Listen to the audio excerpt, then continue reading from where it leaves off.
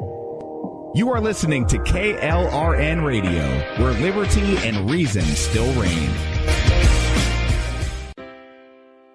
Most writers and radio show hosts know that to connect with your fans, you need to do more than just write books or record the latest podcasts. There are many different elements that go into forming an online platform, but there are also many hidden traps. To make matters worse, solid advice on how to survive the muddy waters is scarce. In the book Hidden Traps, I talk about some of the important issues of working with an online platform, highlighting traps that could put your physical or internet security at risk or be harmful to your reputation. Are your social media posts just links with a few disjointed words, making you look like someone who can't complete a sentence? Did your new website cost you more than you anticipated? Are you leaking your personal contact details across the web without even knowing it? Then you need Hidden Traps. Hidden Traps is now available in paperback and ebook from a variety of retailers, including Amazon, Barnes & Noble, and Kobo. Visit blackwolfpublications.com for more details. If you're 85 or younger, would you like peace of mind and comfort for your family? We're Final Expense Direct with an urgent message for you. The average funeral today costs over $8,000, but the most you'll get from government benefits is $255. How will your family pay the difference? We can help. Our senior plans start as low as just $1 a day and pay up to $30,000 for a funeral and other final expenses. Peace of mind is easy. There's no medical exam. You'll have lifetime coverage, and your plan can't be canceled as long as you pay your premiums. Call now for free information about our senior plans. Answer a few simple questions and receive approval right on the phone. Plus, call right now and we'll give you a discount prescription card for free. Call 800-553-8687. That's 800-553-8687. Again, 800-553-8687. KLRN Radio has advertising rates available. We have rates to fit almost any budget. Contact us at advertising@klrnradio.com.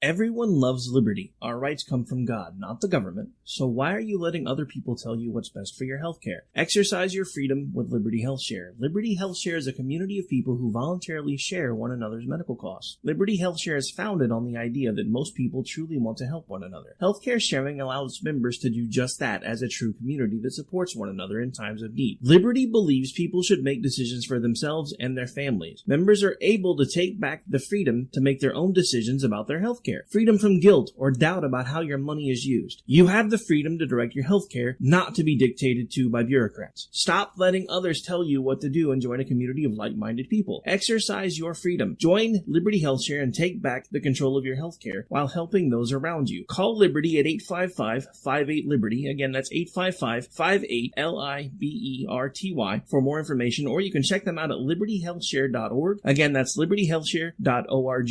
My son was in the Army back during Desert Storm, but even then he wanted an MBA. He looked at a dozen schools, but only one offered the online education and flexibility he needed while he was in a tent in Iraq. Grantham University. Turns out that Grantham's been delivering affordable, relevant college and advanced degrees for over 65 years. Heck, if they can deliver a quality education to a soldier in a tent overseas, think about the flexibility Grantham can offer you so you can earn your degree too. It doesn't matter how complicated or full your life is. If getting a degree is on your bucket list, you'll want to do what my son did. You'll want to call Grantham. Find out how easy it is to get started on your education so you can check that college degree off your bucket list. Call Grantham right now. 800-910-1370. That's 800-910-1370.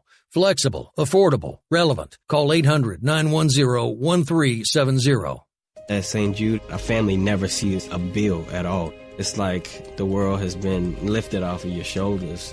St. Jude Children's Research Hospital. Finding cures, saving children. Learn more at stjude.org.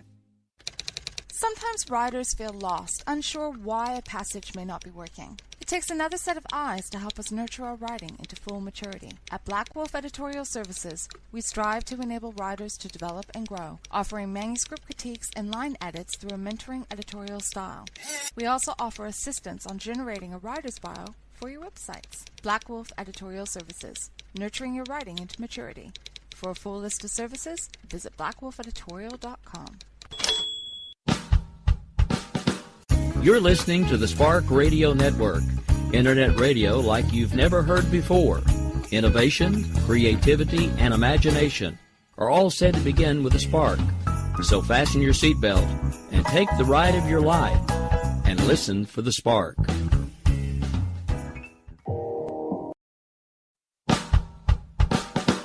You're listening to the Spark Radio Network, internet radio like you've never heard before. Innovation, creativity, and imagination are all said to begin with a spark. So fasten your seatbelt and take the ride of your life and listen for the spark. You are listening to KLRN Radio, where liberty and reason still reign. My name is Jessie. I'm a United States Special Forces widow. This gives me a unique perspective on the world around us. If you're willing to listen, I'll tell you how I see it, and I won't pull any punches. This is my POV, which stands for Point of View.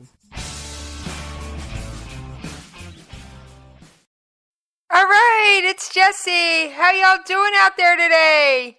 Yes, I miss you when we're not talking. All right, I have been promising this all week.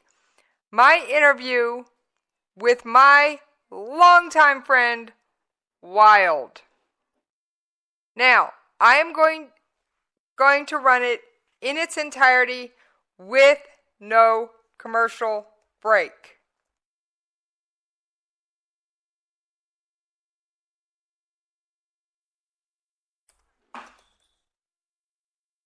So, I'm going to invite you to relax, sit back, and enjoy my conversation with longtime friend, United States Navy SEAL Wild. And he does introduce himself, and it's quite interesting how he describes himself. So I will let the interview speak for itself and let you relax, sit back, and enjoy it. All right, this is Jessie. How y'all doing out there today? You know, I miss you when we're not talking. Now, wait, I'm not alone. I'm joined by a very special longtime friend who I will just call Wild, which that is his call sign. How you doing today, Wild? I'm doing great, Jessie. Thanks for having me on your show. I've been trying to get you on the air for some time, darling. Well, it's always a multitasking situation when I get involved with things. All right, so what would you like to tell the listeners a little bit about you other than the fact that you're a longtime friend? What specifically would you like me to... Why would I want you? What kind of experience and knowledge do you have that would make me want to bring you on my show?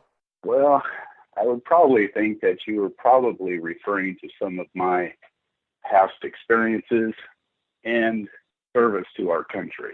Yeah? Would you like to tell people what title you earned? Well, not to go into too far of specifics, but I was home-based out of Coronado for quite a few years.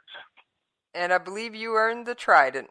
Well, that is something that I wear on the left side of my chest. So you earned the title United States Navy SEAL. That would be correct. Just wanted to spell it out for the listeners, because I swear a few of them live under rocks. We keep low. I'm not referring to ones like you. I'm referring to ones that are stupid enough to email me about things like TAPS. Yes, well, that is definitely a situation that no family wants to hear. I understand that, and like I said, I've been there, done that, and no desire to go again, my dear friend. I know for sure. All right. But just to kind of let you know a little bit more, is that I was a shallow water insurgence diver, and once again based out in Coronado. A lot of my brothers know the Strand very well. Spend some time on the grinder, did you? Yes, definitely. Can't earn that trident without it. There's a little bit of work to that, yes. I think that's enough background information. So we've been discussing off-air a lot of different situations, and I know you are a listener to my show. Now, I mentioned to you off-air that I think we're headed to military conflict with North Korea. And you had an entirely different opinion that kind of took me back. Do you remember what that opinion was? Yeah, I do. Mm-hmm. Well, why don't you tell the listeners, clue them in? Well, I think at the time we were still rattling sabers with North Korea. And in the events that have happened since I served, which was quite a few years ago, just to fill you in or your listeners in, I was actually involved in the Persian Gulf War, which was my commander-in-chief was President Reagan. And I know a little bit about the animal, and that's Iran and Iraq. And I have personally left part of myself in that part of the world. And I believe what you're asking is, why did I say that North Korea was actually a test bed for what I believe is our possibly more of a factor of possible conflict, and that would be Iran. Exactly. That's exactly what I was getting at. As I said, we're going to be end up having to bash North Korea, and you said, nope, we're going to go to war with Iran. And go ahead. Sorry. And that just set me back on my heels. So why did you say we're going to end up in a conflict with Iran? And although I do believe they're a test bed, North Korea is the test bed. I would just, on my personal involvement and understanding of the culture, I would just believe that Iran is definitely a situational format that is pretty much looking through the eyeglass, as it may be, and watching what we actually proceed with on the situation of Kim Jong-un. Yeah, Kim Jong-un, or KJU, is not exactly a friendly force. In fact, just last night they conducted their 6th nuclear test. Yes, it definitely was reported, and that was just this morning, wasn't it? Oh, dark 30. Correct. Mm-hmm.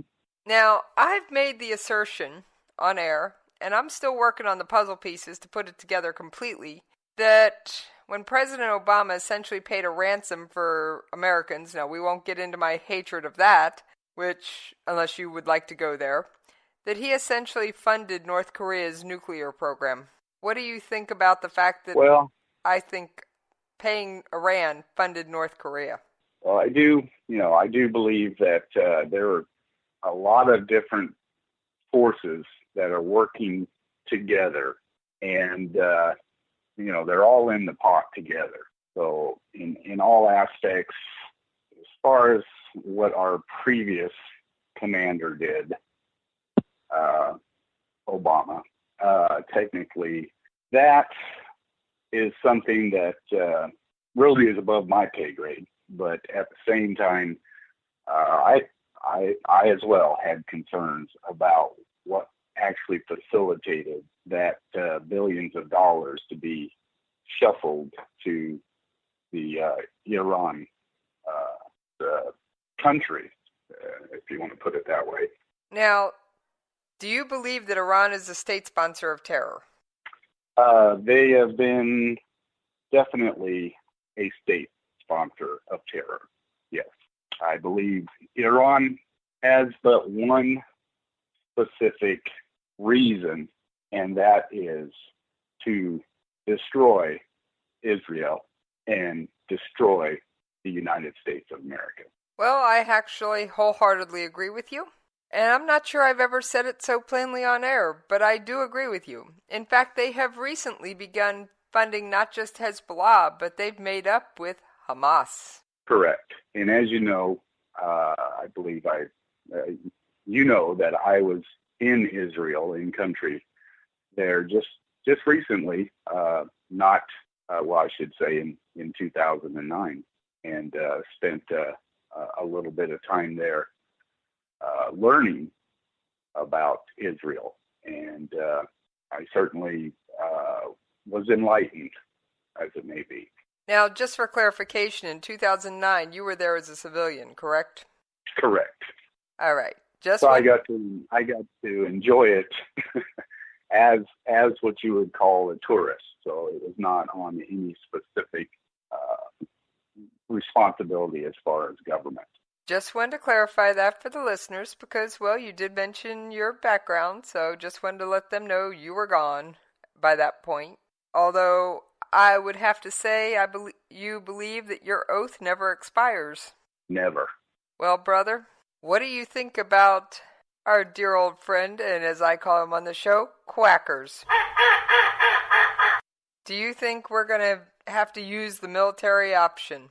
Well, from what I've been able to kind of get as far as any kind of feedback or information, and not to put anybody's lives in danger, I would say that specifically for this kind of interaction or deployment, there still has to be quite a bit of equipment that needs to be in place. So either it's going to be moved swiftly and quietly, or it's going to come as a shock and awe. If you remember the situation in the 2000s. I know I sure do, and I believe you are referring to Gulf One when George H.W. Bush lit up the skies over Kuwait and Iraq like it was daylight. Right. And I believe this was the most common sound heard then.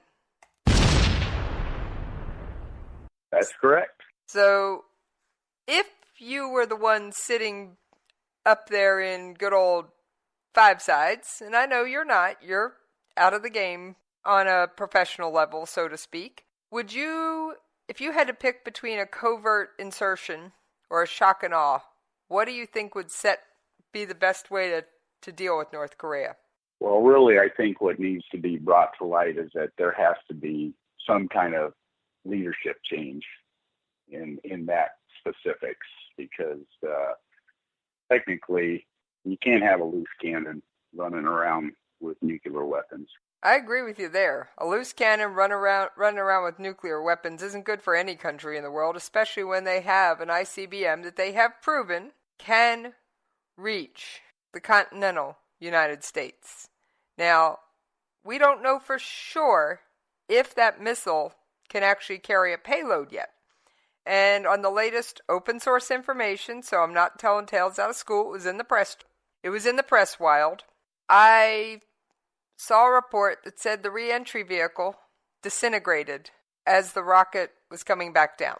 Now, I'm not a rocket scientist. I don't know how hard it would be to correct that kind of problem. But I don't know how close they are to fixing it. How close? Well, once again, I'm sorry, go ahead.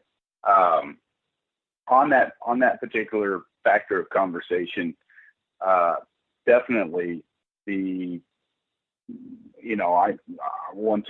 I'm not going to profess that I am anyway knowledgeable of ballistics, especially intercontinental.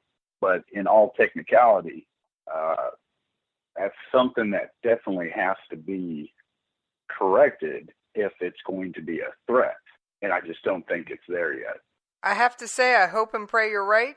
But with a lunatic like that at the helm, who's willing to sacrifice anything, including his own people, I'm not sure how long it's going to be before Quackers has corrected that problem, because I have a feeling if it's not corrected at his timetable to his satisfaction, heads will literally start rolling. Go ahead. I was just going to say, Chairman of the Joint Chiefs Dunford, and I've played this audio clip many times, so I'm not going to replay it at this point, has said that war on the Korean Peninsula is not unimaginable, but it would be horrific. Do you think there is a way that we can do this without losing thousands, if not hundreds of thousands, of lives? Because I don't think North Korea respects a sanction, and I don't think all the sanctions in the world are going to stop them. Yes, I would have to agree. The biggest point of knowing or focusing here is that Korea and the United States have never came to a conclusion or the closing of the Korean War. So with that impact, in all aspects, really, it's the leadership over there that is actually, driving this particular, scenario. What do you mean by that? Well, what I mean is that we need the aspects of support to really, what's the best way to put this to your listeners? Open a can of whoop ass? Yeah. Well, we really need some tough, leadership to walk on in there and clean the slate is what's got to be done. And excuse me. And what it comes down to is China has to basically be the driving deterrent of what North Korea is trying to do. Well, China has said that if we are attacked and we retaliate, they will not get involved. If we do a preemptive strike, they will get involved. How does that sit with you? Well, hopefully it doesn't come to an actual interaction to that particular realm, as it may be, of conflict. Now, in recent times, and I'm just going back a week, 10 days, something like that. I don't have the exact date in front of me, and I'm not about to try and pull it up. North Korea launched a ballistic missile over Japan. It actually crossed Japanese territory. Now, a couple of facts I want to bring out. It was high enough that it actually did not violate Japanese airspace, but it did set off all their warning systems in Japan that there was a missile incoming. Then, yes. Prior to that, we had the 3 short-range things that KJU essentially splashed into the ocean, and he is threatening Guam. Do you think he is off his rocker enough to actually try and attack Guam? Well, Guam itself is a force of its own, as far as the base itself is an air base for the Pacific, and it's one of our largest operational bases in that area, other than South Korea and of course wherever else we're deployed. And I don't want to go into specifics because these particular men and women are in harm's way with the situational problem with North Korea. But do you think Kim Jong-un is crazy enough to actually attack Guam? Well, I still don't see the logistics there yet. He's got the missiles with the range. He's proven he's a little bit off his rocker. Now, if he actually attacks Guam, I have a feeling we're not going to sit back and threaten sanctions in the UN. As much as I love Nikki Haley and her sanctions talk, I just don't see us sitting back if he actually puts something over Guam or on Guam or anywhere within the international, within Guam's territorial waters. I don't see us sitting back on our heels. Do you? No, it's the same situation of what happened to my brothers and sisters, and that would be Pearl Harbor. I'd have to say, if he's actually crazy enough to attack Guam, it's on like Donkey Kong. I agree. Now, I'm not asking you to put anybody in harm's way or give out any information that you shouldn't, because we all know you've got more information than you should stuck in your head, and I would never want to put a serviceman or woman in harm's way. Now, would I, Wild? No. That's why we have remained good friends and definitely share the same values. All right. For those who are on the Korean Peninsula right now, the men and women in uniform that are over in Guam, Japan, and Korea, they're over in this region. They're watching Quackers and all his nonsense up close and personal. How high is the quote-unquote pucker factor over there? How high are the tensions? What's the stress level like? Well, I'm going to say it is definitely, I'm trying to keep the filter on, but we could probably make washers. So it's pretty high. I'd have to say some of the higher ups over there are probably not sleeping so well, because it would come to them to make that decision. Absolutely. Now, Iran has recently started building weapons factories in Syria, Lebanon, and Yemen.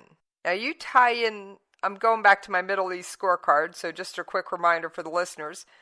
We're going to start with Syria. I always do. Although, John, you could probably do my scorecard for me, but I'll do it just because I got it off the tip of my tongue. President Bashar al-Assad is propped up by none other than Russia and Iran. Iran and Russia are trading partners with North Korea. And, of course, North Korea's big brother is China. That's the thumbnail version of this. Iran has started building weapons factories over in Syria, Lebanon, and Yemen. And again, Wild, I got this as open source. It was all in the media. I don't pick on people to tell me stuff they shouldn't. If I can't Google it, it doesn't go on air. Now, correct. I understand. That being said, my thought, and I've been playing with these chess pieces for a while, and this is just speculation and thought. Iran is going to let North Korea kick it off and make the first punch, and then they're going to start acting a fool as well and try and come in from the backside and start causing more issues. What do you think? Well, that was kind of my view of what I believe is what Iran is actually doing, is watching how the cards hit the table. So do you think the best way of dealing with Iran is to flatten North Korea and just end the Korean War, for lack of a term, once and for all? That would definitely set a precedent, yes. And just to remind my listeners, there never was a peace treaty signed for the Korean War. It is under a ceasefire. That's correct. Have you ever been to the DMZ, Wild? I have not been to the DMZ, but I have been through multiple countries around in that area. I have actually visited. Now, I visited the DMZ as a tourist. Yes, the USO does run tours up to the DMZ. And what I found fascinating was, of course, the whole time you're up there, North Korea is watching everybody that comes and goes. You are told this in advance. And you are told that if you are not comfortable with this, do not take this tour. But what I found fascinating was the fact of the men and women on that line, for lack of a term, in front of them all. The men and women at the DMZ. They're the ones, I would think, would be the most rattled by all this noise. But yet, they're calm, they're cool, they're calculated, and they show no fear. Is that just their military training, or what? As far as the military personnel? Yep. Well, yes. When you take that oath to our country as a service member, your prime objective is to protect and serve the country of the United States and its allies.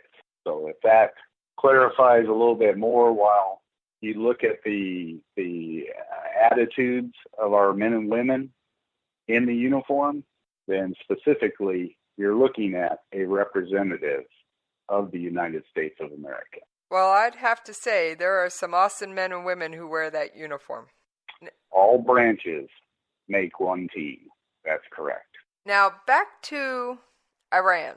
I believe if they have not already written that check to North Korea to purchase the ICBM technology and possibly the nuclear warhead technology, they will. Is that kind of what you think's going on here? I would have to say that I would probably have to agree with that statement. Now, what I found fascinating at the second ICBM launch, and I don't know if you heard this particular episode, but the day of the ICBM launch, a few hours after the launch, a diplomatic delegation left North Korea and went to Iran. Now, they were there for Iran's version of the presidential inauguration, and at the same time, there was a Syrian delegation in North Korea. What kind of conclusions could you draw from just that information? Conclusions, speculation? Well, I would have to say there's just a lot of bad people in a bad place right now. I mean, that would be my honest opinion. Do you think those diplomatic exchanges are as benign as the media would lead us to believe? I'm sure we're not getting the full story, but I would certainly have to say that they're not working in the interest of the United States. I'd have to agree with that, and I'd have to say that most of these exchanges are probably cover for something much more sinister. Now, very possible. Trump has what I consider an excellent Secretary of Defense in Secretary Mattis. He is a Marine's Marine. He knows what it's like to be in these rough places, and he understands it takes rough men ready to do tough things to defend our nation. Are you with me so far? Yeah, every decision of a conflict is never a known outcome or a smooth transition in any way, correct? All right, so Mattis has come out and said, while Trump is pushing us to actually do something against North Korea, Mattis is trying to hold tight on those reins and pull him back. Yet Mattis did agree to bomb Syria with 59 Tomahawk missiles for their use of chemical weapons. And then a few weeks after that, Mattis unleashed Moab in Afghanistan. Now, obviously, correct. These are things that cannot be hidden. These are things that the whole world knew about. Do you think that that sent the message to Iran and North Korea that there was a new sheriff in town? Well, I would have to certainly say that with President Trump leading the United States with decisions, tough decisions, technically, yeah, there is a new leadership in comparison of what it was for the last 8 years. And you know, I don't discuss U.S. politics, so we're not going to get too far into the weeds on this, but I'm somewhat surprised, and I'd be interested in your reaction, that Iran and North Korea didn't take a step back when we actually struck Syria and unleashed Moab, and didn't look at things and say, maybe we don't want to push this too far. But it doesn't seem to have had any impact. What's your reaction? Well, once again, that is probably a political view, but I'm sure that with that particular trying to grasp the right form of this, with that particular action, I'm sure the leadership, which is not that stable in Iran or North Korea, technically they took note of it, but they're not going to show any weakness on their side either, because in those regimes and societies, they do not show weakness. So if that kind of redirects the way that you were thinking of what the response should have been, as far as after Moab was sent and dropped, and 52 Tomahawk missiles, basically, yes, they took note of it, but they're not going to show weakness, and they're not going to show any sign of retreat. What do you think it would take to get North Korea to back down from its current course of nuclear weapons and ICBM technology? Well, first of all, funding has to be reduced. But second of all, I think and I this is open source information, is that South Korea is our front base there. And I wouldn't be surprised if something on the Syrian level, as far as an action, might be an option. So something like sending a bunch of Tomahawks into North Korea might be what it would take to get North Korea to back down, because I have a feeling all the talk and screaming at the UN and all the talk and screaming about sanctions just isn't going to stop anything, because I don't know that you can cut off that funding from Iran. Well, didn't they get $165 billion from us? Something like that. So technically the funding's already there, but we're getting into politics. So what I'm thinking is that South Korea will probably be the next mover. And for those who aren't aware, we actually have to have South Korea's permission to launch anything directly against North Korea, because it would be their people that would suffer the most. Yeah, they would be the initiator of the action, correct. Now, let's get back to the Middle East for just a moment. What role do you think Bashar al-Assad plays in all this? I mean, I view him as a puppet of Russia at this point. He does not really control his own country anymore. Unfortunately, yeah, that is the status there. They are basically a tentacle of Russia. Yeah, correct. And do you think that Bashar al-Assad could or would start harming our forces over in the Middle East, who are over there taking out Daesh, ISIS, ISIL, same song, 3 different names? Do you think if we started something with North Korea, Bashar al-Assad would start trying to attack our forces that are over there working to defeat terrorism? Well, unfortunately, any conflict and action that is initiated always comes with consequences. So specifically, by reducing our forces, by spreading them thinly throughout the territories, is definitely an advantage.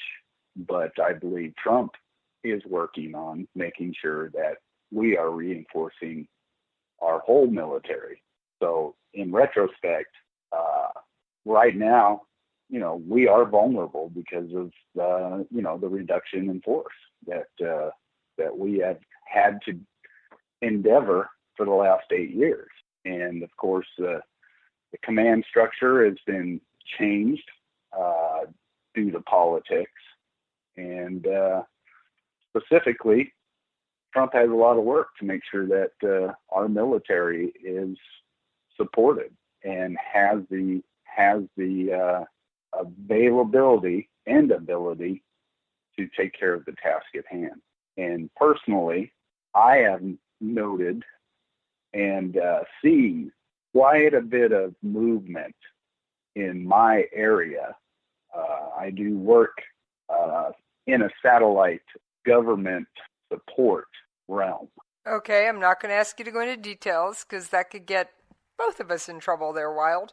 But I also heard someone say that they don't think we're going to do anything against what they're watching for in South Korea would be them to pull out the non-essential personnel from the diplomatic missions and the families of the United States Armed Forces that are stationed there.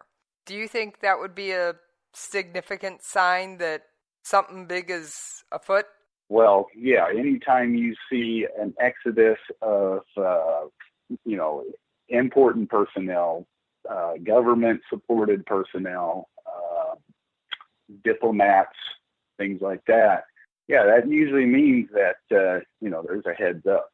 We went to a different level of action. Now, speaking of diplomatic stuff and pulling people back and pulling people out, U.S. and Russia are at this, well, we're going to close your presence here. We're going to shut your presence there down. Kind of doing it back to this tit-for-tat thing that's reminiscent of the Cold War. Do you think we are in essentially a second Cold War with Russia? I can't really speak to that because I haven't followed really the politics with Russia.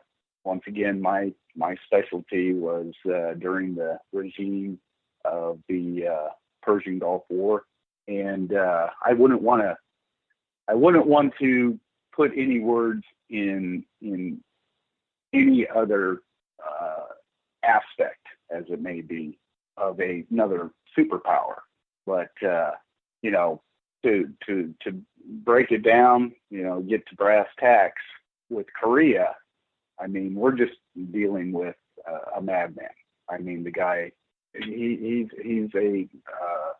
a aired dictator, and basically he's a loose cannon.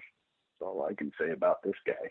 What do you think it's going to take to get that loose cannon's attention so he changes his calculus, or don't you think that's ever going to happen until he has something like this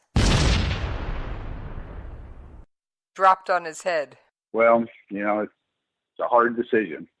And once again, I certainly cannot forecast what's going to happen, but I do believe that South Korea will probably be the catalyst. All right. Well, after the 6th North Korean nuclear test, President Trump tweeted out, and let me pull up the exact tweet. And like I said, there is no way of talking about all this without bringing up some U.S. politics. President Trump tweeted out, South Korea is finding, as I have told them, that their talk of appeasement with North Korea will not work. They only understand one thing, ! And he didn't state what that one thing is. However, I'm inclined to say the only thing that would back North Korea down is use of force. I think these shows of force are all very well and good, but I don't think sanctions or shows of force are going to back down quackers or the madman of the North. What do you think there are? I'd have to agree. I mean, unfortunately, it's not a perfect world. So in retrospect to that, war's ugly, no matter how you play it out. Any conflict is a situation that is not to the benefit, usually, of either side. But when you got a guy that is not reversing course and changing his ideology as far as what he is, supporting, it's not going to be clean. It's not going to be pretty, and it's definitely not going to be good for him. Well, I think that is well said. So is there anything you wanted to bring up that we haven't touched on today, Wild? Yeah, I certainly would. One of the things that I would like to just share with your listeners is that I have just spent the last week down in Texas, and I would just like to put a shout out to all those heroes, first responders, and individuals, just general public, that are out there helping with one of the worst storms that has hit that area in 50 years. And it's a mess down there. And certainly, if anybody is able to assist with I guess to put it in perspective, a reputable help source, certainly, it would be, I'm sure, appreciated. But, it is a mess down there. Well, I've got to say the only two reputable charitable organizations, or as you put them, help sources that I particularly go for, are either mercury1.org or the American Red Cross. Correct. And I don't know if you know about Mercury Run, but we can talk about them off the air. Sure. Well, I've actually been here assisting. Basically, I live north of Texas, but I've been down here for this week and assisting with recovery. Brushing off those old skills and putting them to good use, huh, Wild? Well, a current never stays in one place. And you are certainly a moving force. Well, Wild, I thank you very much for joining me on the air today. And I'm not going to ask you for social media contact information out of respect for your privacy, but if anybody has a question or comment for Wild, they can email me at the station at Jessie's POV, JESSIES POV @KLRNradio.com, and I'll be more than happy to pass it on to him. How's that sound there, Wild? That sounds perfect to me. They want to get in touch with you, they can reach out to me. All right. Correct. And I am going to take a commercial break, and I will see you on the other side. You are listening to KLRN Radio, where liberty and reason still reign. Most writers and radio show hosts know that to connect with your fans, you need to do more than just write books or record the latest podcasts. There are many different elements that go into forming an online platform, but there are also many hidden traps. To make matters worse, solid advice on how to survive the muddy waters is scarce. In the book Hidden Traps, I talk about some of the important issues of working with an online platform, highlighting traps that could put your physical or internet security at risk or be harmful to your reputation. Are your social media posts just links with a few disjointed words, making you look like someone who can't complete a sentence? Did your new website cost you more than you anticipated? Are you leaking your personal contact details across the web without even knowing it? Then you need Hidden Traps. Hidden Traps is now available in paperback and ebook from a variety of retailers, including Amazon, Barnes & Noble, and Kobo. Visit blackwolfpublications.com for more details.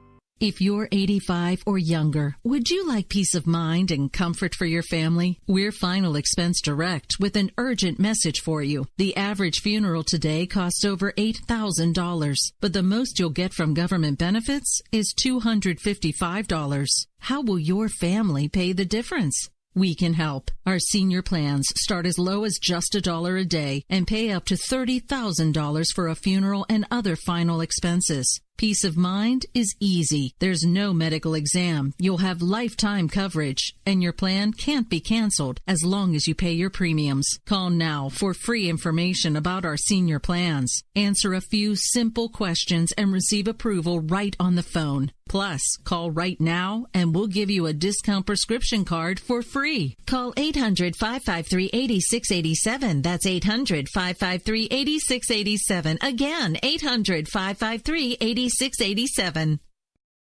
You can lay down if you wanna. You can run away if you wanna. You can pretend that this is totally okay if you wanna. You can play dead if you wanna. Forget what they said if you wanna. Turn your back on the country needing you right now, but I don't wanna. Well, I really enjoyed my chance to chat with Wild. Longtime friend.